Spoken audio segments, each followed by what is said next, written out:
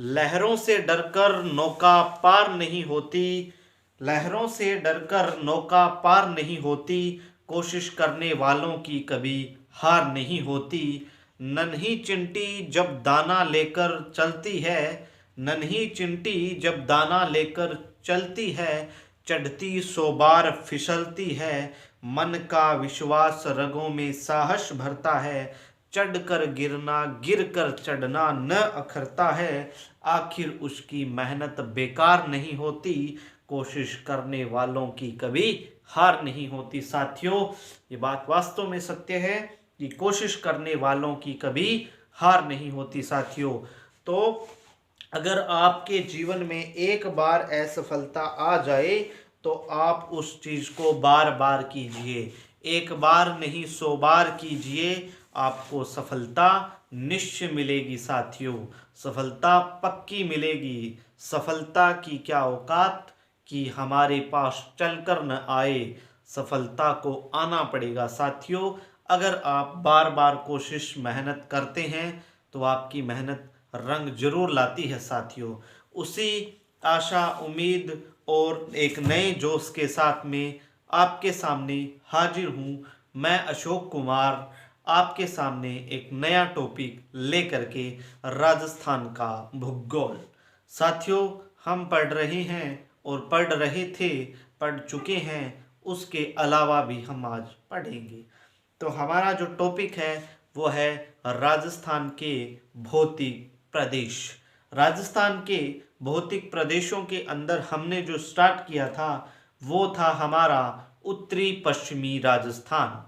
उत्तरी पश्चिमी राजस्थान में हम पढ़ रहे थे उत्तरी पश्चिमी मरुस्थल।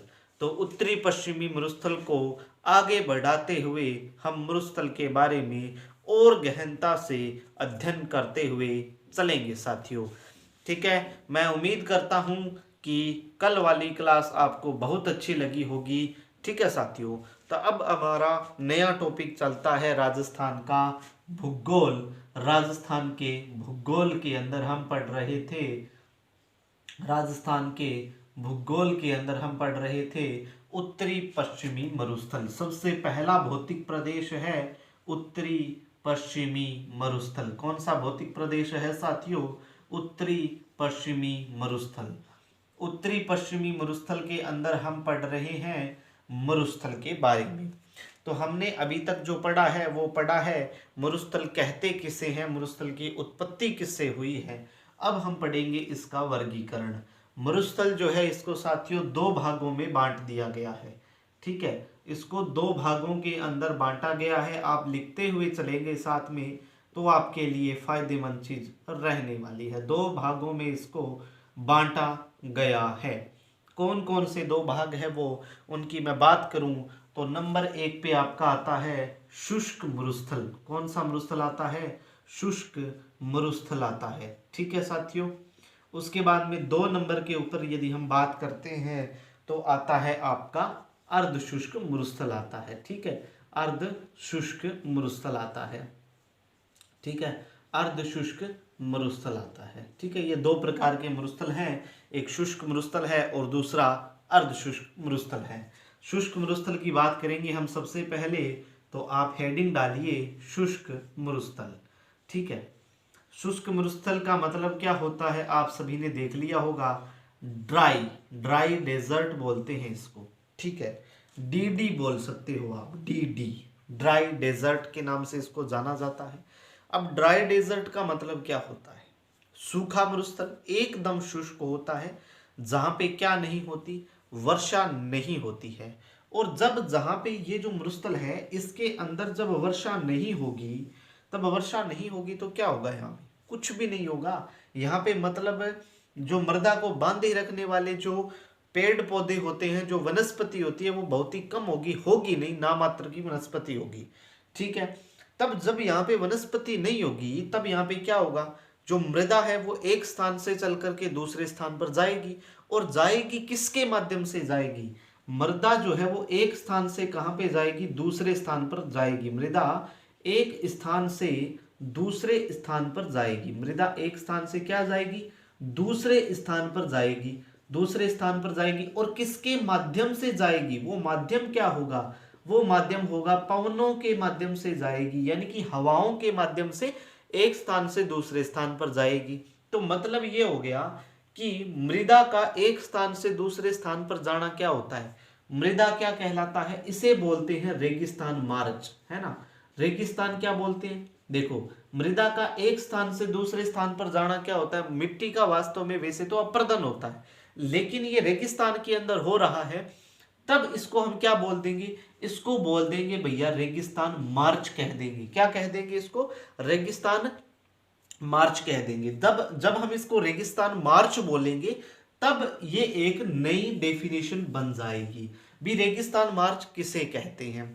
रेगिस्तान मार्च का मतलब ये होता है कि मृदा का एक स्थान से दूसरे स्थान पर जाना पवनों के माध्यम से क्या कहलाता है, रेगिस्तान मार्च कहलाता है। रेगिस्तान मार्च के लिए कौन सा जिला प्रसिद्ध है, आपको पता होगा कि रेगिस्तान सबसे ज्यादा कहां पे पाए जाते हैं, सबसे ज्यादा रेगिस्तान जैसलमेर के अंदर पाए जाते हैं, ठीक है, जैसलमेर के अंदर पाए जाते हैं। और जैसलमेर के अंदर यदि हम बात करें कोई एक ऐसा विशेष स्थान जहां पे ज्यादा रेगिस्तान मार्च होता हो, तो वो है नाचना गांव जैसलमेर। कौन सा है, नाचना गांव जैसलमेर के अंदर जो है वो रेगिस्तान ज्यादा नाचता है, ठीक है। ये बात आप रखना भी, इन्नू उड़ जाए इन्नू उड़ जाए, तो रेगिस्तान ज्यादा नाचता है मतलब कहां पे नाचता है, जैसलमेर के नाचना गांव में ज्यादा रेगिस्तान नाच रहा है, मतलब रेगिस्तान मार्च ज्यादा करता है वहां पे, ठीक है।